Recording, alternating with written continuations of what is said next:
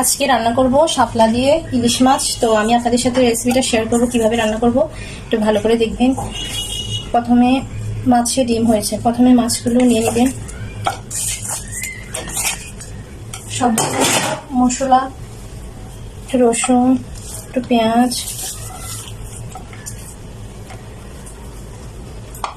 কাঁচামরিচ দিয়ে দিবেন। এখানে স্বাদ মতো লবণ, হলুদ, মরিচ,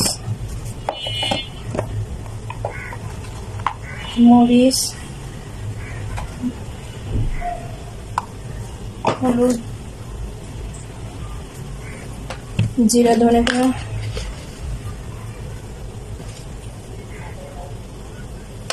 দিয়ে তেল দিয়ে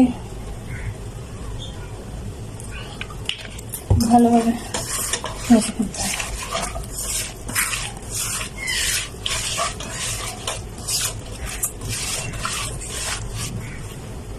মেখে পরিমাণ মতো পানি দিতে হবে। পরিমাণ মতো পানি দিয়ে রান্না করতে হবে কিছুক্ষণ। মাছগুলো ভালো করে কষানো হয়ে গেছে। এখন এটার মধ্যে ধুয়ে রাখা শাপলাগুলো দিয়ে দিব।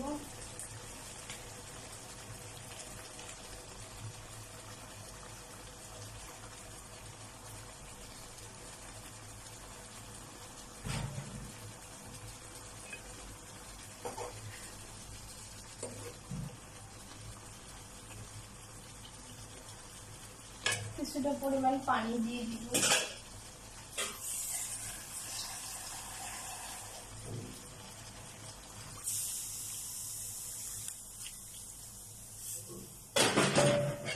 পানি দিয়ে দেব।